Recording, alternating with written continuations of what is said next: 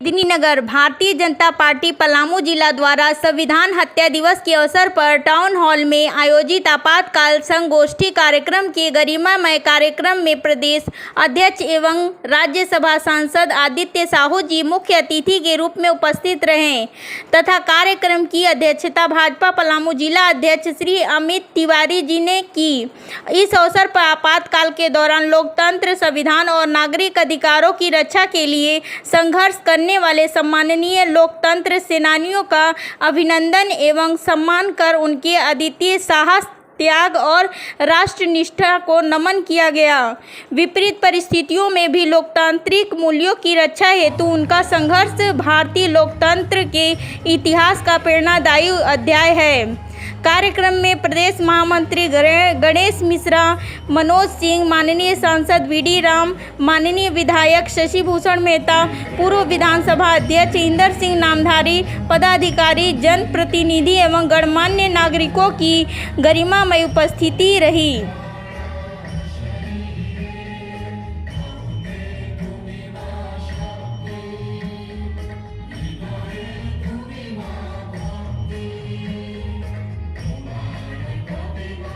अत्याचार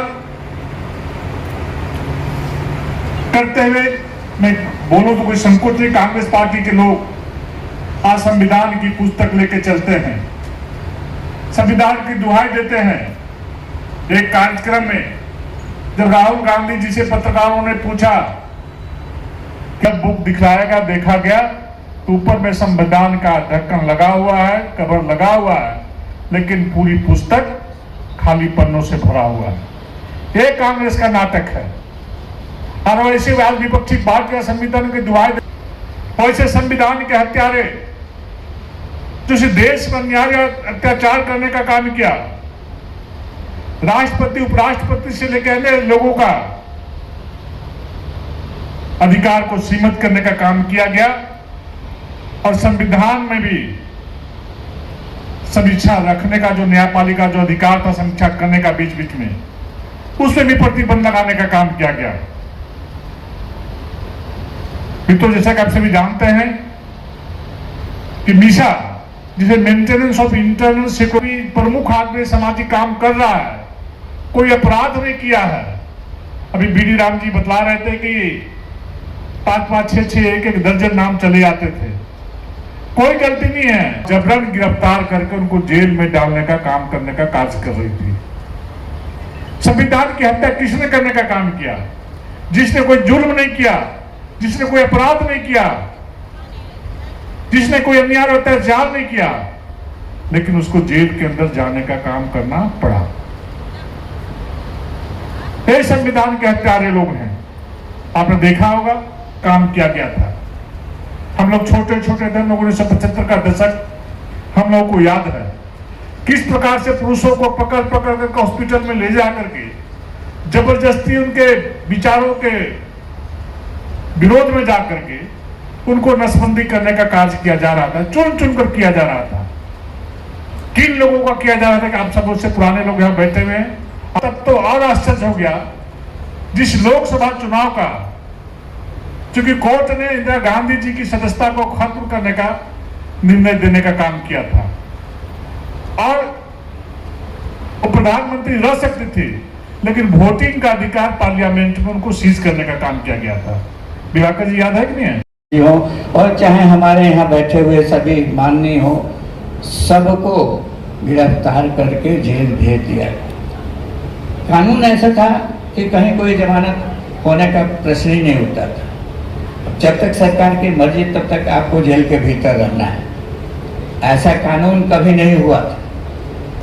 हुआ यूँ कि 352 जिसकी चर्चा की गई, धारा 352 के अंतर्गत इंटरनल डिस्टर्बेंस शब्द लिखा हुआ, उसी का फायदा उठा करके ये आपातकाल की घोषणा की गई, जो बाद में संविधान के 44वें संशोधन में इसको बदल दिया गया और इंटरनल डिस्टर्बेंस की जगह पर external aggression, armed rebellion word जोड़ा गया।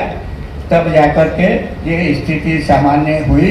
अन्यथा यही रहता इंटरनल डिस्टर्बेंसेस तो कभी भी किसी को भी उस प्रोविजन के अंतर्गत आपातकाल की घोषणा करके गिरफ्तार किया जा सकता है। ये तो छोटा सा मैंने उदाहरण दिया ताकि आपको ये जानकारी हो जाए कि आपातकाल के दौरान किस प्रकार से, किस निरंकुशता के साथ, किस बर्बरता के साथ, किस तरह से आंदोलन को कुचलने के लिए तत्कालीन सरकार ने किस किस प्रकार के हथकंडे अपनाए। मैं इस अवसर पर इतना ही कहना चाहता हूँ कि आने वाली पीढ़ियों को न केवल आपातकाल के बारे में जानकारी होनी चाहिए, बल्कि ये भी होना चाहिए कि लोकतांत्रिक मूल्यों को का किस प्रकार से संजो करके रखना है, किस प्रकार से उसको अक्षुण्ण रखना है, ताकि कोई भी सरकार इस प्रकार की हिमाकत भविष्य में नहीं कर सके। ये हमारे आने वाली पीढ़ियों की जिम्मेवारी बनती है, हम सभी नागरिकों की जिम्मेवारी बनती है कि लोकतांत्रिक मूल्यों को अक्षुण्ण रखने में मददगार साबित हो, उसको अक्षुण्ण बनाए रखें। इस अवसर पर पुनः मंच पर बैठे सभी आंदोलनकारियों के प्रति नमन करते हुए मैं अपनी बात को समाप्त करता हूँ। जय हिंद, जय भारत।